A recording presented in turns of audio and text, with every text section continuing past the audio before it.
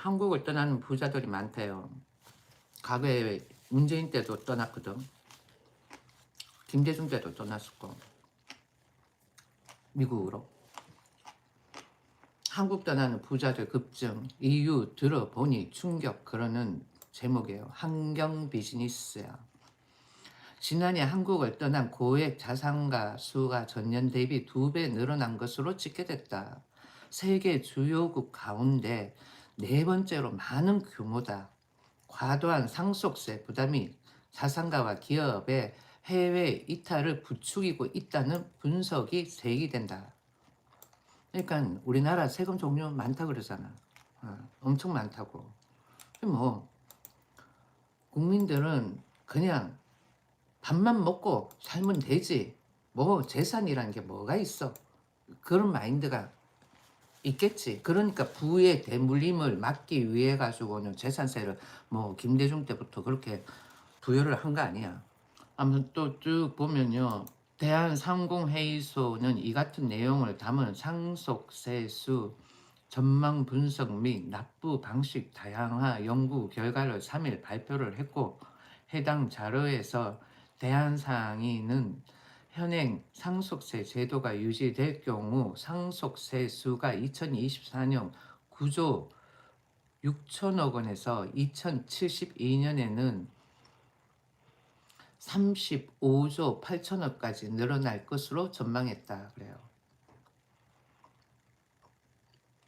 실제로 우리나라 상속세는 수십 년간 근본적 제도 변함 없이 세 부담 규모가 꾸준히 커지는 추세다.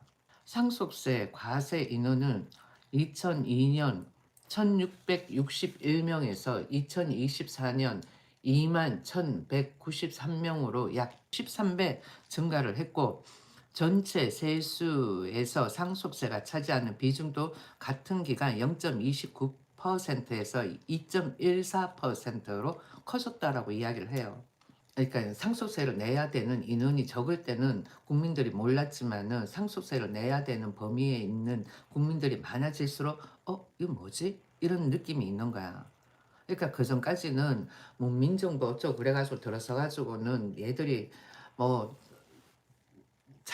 국민들을 좀 잘 살아보게끔 해보려고 했던 그런 정책, 정치 이런 것들이 보고 있으면은 그렇게 뭐 국민들을 위한 정치가 아니라 세수를 뽑겠다라는 정치로밖에 안 보여졌다라는 걸로 결론이 날 수도 있다라는 거죠.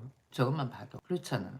여기 또 쭉 보면은 이에 따라 상속세는 과거 초부유층 세금에서 점차 중산층까지 체감하는 세금으로 바뀌고 있으며 한국은 세계에서 부유층이 많이 빠져나가는 국가 중 하나가 됐다고 상인은 전했다라고 이야기를 하네요. 상인은 어디다? 대한상공회의소. 그러니까 상속세가 우리나라가 많다 보니까 그리고 세금 종류도 많고 부모가 그 재산을 꾸기 위해 가지고는 각종 세금을 다 냈는데 뭔 자식한테 주는 그거에 또 세금을 내라고 이야기를 하냐고. 다른 나라 사람들 같으면은 아이러니 할 거야. 그렇지 않을까요? 그리고 또 계속 또 쭉 보면은 영국 컨설팅 업체 헨리 앤 파트너스에 따르면은 연간 한국 고액 자산가 순유출 잠정치가 2024년 1200명에서 2025년 2400명으로 급증을 했다라는 거지. 영국, 중국, 인도에 이어가지고는 세계에서 네 번째로 많다라는 거야. 또 보면은 대한상인은 최고 50에서 60%에 달하는 상속세가 자본의 해외 이전을 가속화하는 핵심 요인으로 작용할 수 있다고 분석을 했고 아울러 1970년대부터 해가지고는 2024년까지 우리나라 통계 자료를 분석한 결과 국내 총생산 대비 상속세수 비중이 높을수록 경제 성장률이 둔화하는 음의 상관관계가 뚜렷하게 확인되고 있다라고 그래요. 강석구야. 강석구 대한상이 조사본부장이야. 높은 상속세 부담으로 인해 가지고는 기업 투자가 위축이 되고 주가 상승 부담이 되고 경영권 매각 등 부작용이 갈수록 커지는 상황이라며 기업 투자 확대와 경제 활력 제고를 위해 상속 납부 방식의 유연화 정책 마련이 필요하다고 강조했다 그러잖아. 그러니까 지금 뭐야, 음, 세금을 낼 때잖아요. 그러다 보니까 주식장이 그런 거야. 팍 올라가지도 못하고. 그러니까 주가 상승의 부담 그러잖아. 그러니까는 왜 안 오르냐? 세금 때문에 저 나오네. 주가 상승 부담이 있다라고 이야기를 하는 거야. 상속세 부담이라는 거는. 그걸 없애야 된다니까. 어느 누구는 네가 그만큼의 뭐 대주주도 아닌데 뭔 상관이야. 그렇지만은 나오잖아. 응? 주가 상승에 부담이 간다라고 상속세. 대주주 50억부터라고 뭐 그러는데 거기서부터는 해가지고는 보니까 엄청나게 때리더라고. 한 20%인가 때리더라. 따지고 보면 기업인들 또 국민들이잖아요. 그러니까 국민들 돈꼴만 희게 만든다라는 거야. 정책들이. 그래 놓고서는 자기네들 사는 지역에 뭐 다리 놓고 뭐 환경 개선시키고 그 총구석에다가 김 하나 더 뜯어 먹어야겠어.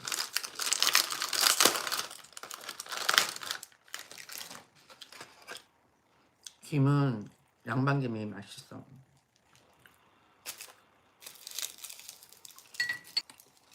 김에다가 멸치 넣고 이렇게 먹어도 맛있지. 아, 양반김이 진짜 맛있는 것 같아요.